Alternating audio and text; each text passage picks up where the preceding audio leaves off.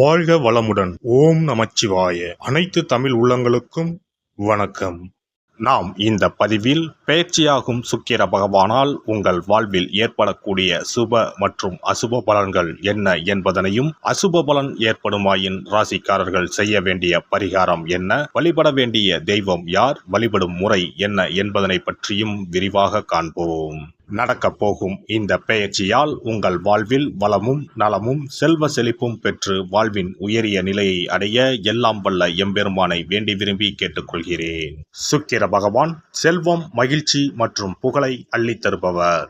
மற்ற கிரகங்களைப் போலவே சுக்கிரனும் தனது ராசியை மாற்றுவார். சுக்கிரன் என்றால் இன்பம். மனித வாழ்க்கையில் அன்பு, பாசம், காதல் ஆகிய 3 இன்பங்களை அளிக்கக்கூடியவர் சுக்கிர பகவான். சுக்கிரன் சுகபோகங்களின் அதிபதி. சுக்கிர பகவான் மனைவி யோகம் தருபவர். ஆணுக்கு மனைவியை பற்றியும் பெண்ணுக்கு மன வாழ்க்கையை பற்றியும் சொல்லுகின்றவர். ஆகையால் சுக்கிர பகவான் நமது ஜாதக கட்டத்தில் நல்ல யோக அம்சத்துடன் இருப்பது அவசியம். இவருடைய தசா காலமான 20 வருடங்களில் மிகப்பெரிய ராஜயோக பலன்கள் உண்டாகும்.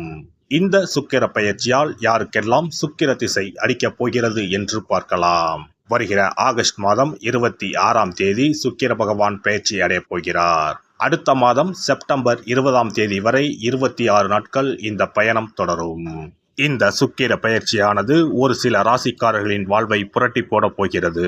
துரோகத்தால் பிரிந்த கணவன் மனைவி, சகோதர சகோதரிகள் உறவு ஒன்று சேரப் போகிறது.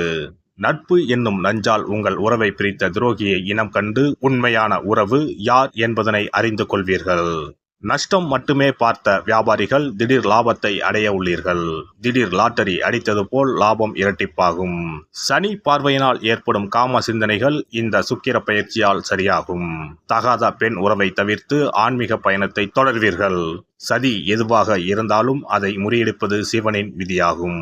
சிவனின் துணை இருந்தால் எதிரில் எமனே வந்தாலும் சமாளித்து வெற்றியடையலாம்.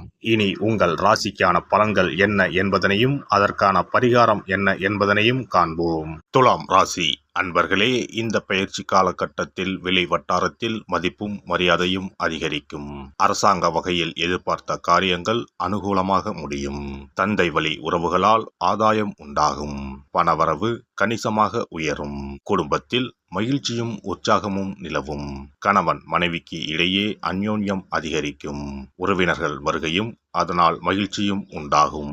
உறவினர்களிடம் எதிர்பார்த்த காரியங்கள் அனுகூலமாகும். வீடு மனை வாங்கும் முயற்சியில் தற்போது ஈடுபட வேண்டாம். புதிய முயற்சிகளில் வெற்றி கிடைக்கும். எதிரிகளின் தொல்லை இல்லாமல் போகும். அவர்களால் மறைமுக ஆதாயமும் கிடைக்கக்கூடும். முக்கிய முடிவுகளை துணிச்சலுடன் எடுப்பீர்கள். உங்கள் முயற்சிகளுக்கு மனைவி, மகள் உள்ளிட்ட குடும்ப பெண்கள் பக்கபலமாக இருப்பார்கள். விலை உயர்ந்த நகை மற்றும் பொருட்களை இரவல் தரவும் வாங்கவும் வேண்டாம். வீட்டில் பொருட்கள் களவு போகக்கூடும் என்பதால் எச்சரிக்கையாக இருக்கவும். அக்கம் பக்கத்தில் இருப்பவர்களுடன் அனுசரித்து செல்வது நல்லது. உடல் ஆரோக்கியம் மேம்படும். அலுவலகத்தில் ஓரளவுக்கு முன்னேற்றமான சூழ்நிலையே காணப்படுகிறது. எதிர்பார்த்த சலுகைகள் கிடைக்கும். சக ஊழியர்கள் உங்கள் பணிகளில் ஒத்துழைப்பு தருவார்கள். உங்களின் கோரிக்கைகள் ஏற்றுக்கொள்ளப்படும். பதவி உயர்வு, ஊதிய உயர்வு கிடைப்பதில் இருந்த தடைகள் விலகும். தொழில் மற்றும் வியாபாரத்தில் முன்னேற்றம் ஏற்படும். விற்பனையும் லாபமும் எதிர்பார்த்தபடியே இருக்கும். அரசாங்கத்திடம் எதிர்பார்த்த லைசன்ஸ் போன்ற விஷயங்கள் எளிதாக முடியும். வியாபாரத்தை விரிவுபடுத்தும் எண்ணம் இருந்தால் அதற்கான முயற்சிகளில் ஈடுபடலாம். பெண்களை பொறுத்தவரை இந்த காலகட்டம் மகிழ்ச்சி தருவதாக இருக்கும். கணவரிடம் எதிர்பார்த்த காரியங்கள் அனுகூலமாகும். உறவினர்களிடையே மதிப்பு மரியாதை அதிகரிக்கும். அலுவலகம் செல்லும் பெண்களுக்கு எதிர்பார்த்த சலுகைகள் கிடைக்கும். கலைத்துறையினர் மற்றவர்களுக்கு உதவ போய் வீண் பிரச்சனைகள் உண்டாகலாம். கவனம் தேவை. வாகனங்களில் செல்லும் போது எச்சரிக்கையாக செல்வது நல்லது. அரசியல் துறையினருக்கு எல்லா நன்மைகளும் உண்டாகும். மனத்துயரம் நீங்கும். சிற்றின்ப செலவு அதிகரிக்கும். மனதில் ஏதாவது கலக்கம் ஏற்படும். காரணமே இல்லாமல் வீண்பலி சுமக்க நேரலாம். ஒதுங்கிச் சென்றாலும் வழியே வந்து சிலர் சண்டை போடலாம். கவனமாக இருப்பது நல்லது. மாணவர்கள் எதையும் ஒரு முறைக்கு பலமுறை யோசித்து செய்வது நல்ல பலன் தரும். வியாழக்கிழமைகளில் தட்சிணாமூர்த்தி வழிபாடும் ஞாயிற்றுக்கிழமைகளில் விநாயகர் வழிபாடும் நலம் சேர்க்கும். சிறப்பு தொகுப்பு. கழுத்தை நெரிக்கும் கடன் பிரச்சனையால் கஷ்டப்படுபவர்களுக்கு எளிய பரிகாரங்கள் உள்ளன. ருண, ரோக, சத்ரு இந்த 3மே மனிதர்களை வெல்லக்கொள்ளும். அதிலும் கடன் பிரச்சனை கவலையை ஏற்படுத்தி மனிதர்களை கலங்க வைத்துக் கொள்ளும். கடன் பிரச்சனையால் கஷ்டப்படுபவர்களுக்கு எளிய பரிகாரங்கள் உள்ளன. இந்த எளிய பரிகாரங்களை நம்பிக்கையோடு செய்தால் நிச்சயம் பலன் கிடைக்கும். ஒருவரின் ஜாதகத்தில் 6ஆம் இடம் கடன் ஸ்தானத்தை குறிக்கும். கடன் பிரச்சனையால் இன்றைக்கு பலரும் தற்கொலை செய்து கொள்கின்றனர். சக்கரத்தாழ்வார் அருள் இருந்தால் கண்டிப்பாக கடன் பிரச்சனைகள் நீங்கும். பெருமாள் கோவிலுக்கு சென்று சனி மற்றும் புதன் கிழமைகளில் சக்கரத்தாழ்வார் சன்னதியில் துளசி மாலை சாற்றி 12 முறை வலம் வர வேண்டும். ஒவ்வொரு முறை வலம் வரும் பொழுதும் கடன் தீர்வதற்கு மனமுருக நம்பிக்கையோடு வேண்டிக் கொள்ள வேண்டும். தொடர்ந்து 12 வாரங்கள் செய்தாலே கடன் பிரச்சனை தீர்ந்து மன நிம்மதி ஏற்படும். மேசராசியில் பிறந்தவர்கள் தயிரை கொண்டு இனிப்பு பலகாரம் செய்து ஒவ்வொரு வெள்ளிக்கிழமையும் மாலை வேளையில் பசுவுக்கு கொடுத்து வர கடன் பிரச்சனைகள் தீரும். விருச்சிக ராசியில் பிறந்தவர்கள் ஞாயிற்றுக்கிழமை அன்று லட்சுமி நரசிம்மருக்கு காய்ச்சிய பசும்பால் அல்லது பானகத்தை பிரசாதமாக வைக்க வேண்டும். 48 நாட்கள் இந்த பூஜையை செய்தால் கடன் தொல்லையில் இருந்து விடுபடலாம். ரிஷபராசியில் பிறந்தவர்கள் ஜவ்வரிசி கொண்டு இனிப்பு தயாரித்து அதை வெள்ளிக்கிழமை என்று பசுவிற்கு மாலை வேளையில் கொடுத்து வர கடன்கள் அடைந்து சுகம் பெறலாம். துலாம் ராசிக்காரர்கள் பசும்பாலை சுக்கிர ஓலையில் வில்வ மரத்திற்கு ஊற்றவும். 24 வெள்ளிக்கிழமை செய்திட நிச்சயமாக கடன் தீரும். வெள்ளிக்கிழமையில் அரச மரத்தடி விநாயகருக்கு அகலில் 11 தீபமும் 11 முறை வலம் வந்தும் வழிபட்டால் கடன் தீரும். மிதுன ராசிக்காரர்கள் தினசரி சிறிது தயிர் சேர்த்து குளித்து வரவும். கடன்கள் நீங்கும். மாலை வேளையில் சூரிய தரிசனம் அஸ்தமனத்துக்கு முன் செய்து வரவும். கன்னி ராசிக்காரர்கள் சனிக்கிழமைகளில் உளுந்து வடை தானம் செய்யவும். அதை நீங்கள் உண்ணக்கூடாது. மேலும் துளசிக்கு தினசரி நீர் வார்த்து ஒரு மண் அகலில் நல்லெண்ணெய் விளக்கேற்றி வைக்க ருண நிவாரணம் பெறலாம். கடகராசிக்காரர்கள் ஒவ்வொரு ஞாயிறும் சிறிது வெள்ளக்கட்டியை ஓடும் நீரில் விழவும். கடன்கள் வெள்ளம் போல கரைந்துவிடும்.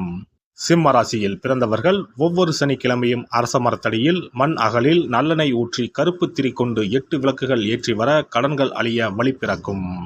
மகர ராசிக்காரர்கள் சனிக்கிழமைகளில் எள்ளுருண்டை செய்து பலருக்கு தானமாய் கொடுத்து வர கடன் தொல்லைகள் நீங்கும்.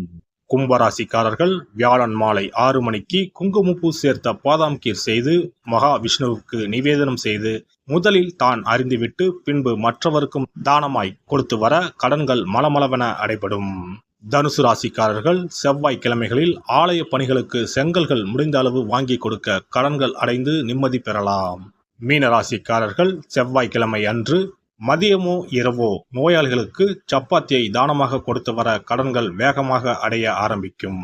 குறைந்தது 9 சப்பாத்திகள் கொடுப்பது நல்லது. செவ்வாய் பகவானை மனதார நினைத்துக் கொள்வது நலம் தரும். பௌர்ணமி நாளில் குலதெய்வத்திற்கு படையலிட்டு வழிபடுவது சிறப்பு. குலதெய்வ படம் இல்லாதவர்களும் குலதெய்வம் பற்றி தெரியாதவர்களும் 5 முக குத்து விளக்கை பூஜை அறையில் ஏற்றி வைத்து படையல் போட்டு கற்பூர ஆரத்தி காட்டி கடன் பிரச்சனை நீங்க மனதார வேண்டிக் கொள்ளலாம். இவ்வாறாக 9 பௌர்ணமிகள் விடாமல் இந்த பரிகாரம் செய்ய கடன் தொல்லைகள் எளிதாக தீர்ந்துவிடும். கடன் தீர்வதற்கான வழிகளும் கிடைக்கும். இந்த பரிகாரத்தை அனைத்து ராசிக்காரர்களும் செய்யலாம். எல்லாம் வல்ல இறையருளால் நீங்களும் உங்கள் அன்பு குடும்பமும் உடல் நலம், நீலாயுள், நிறை செல்வம், உயர் புகழ், மெய்ஞானம் ஓங்கி வாழ்க வளமுடன். இந்த வீடியோ பதிவு உங்களுக்கு பிடித்திருந்தால் லைக் பண்ணுங்க, கமெண்ட் பண்ணுங்க, ஷேர் பண்ணுங்க. மறக்காம சப்ஸ்கிரைப் பண்ணுங்க. பக்கத்துல இருக்கிற பெல் பட்டனை கிளிக் பண்ணுங்க. நன்றி, வணக்கம். ஓம் நமச்சிவாய. சிவாய நம.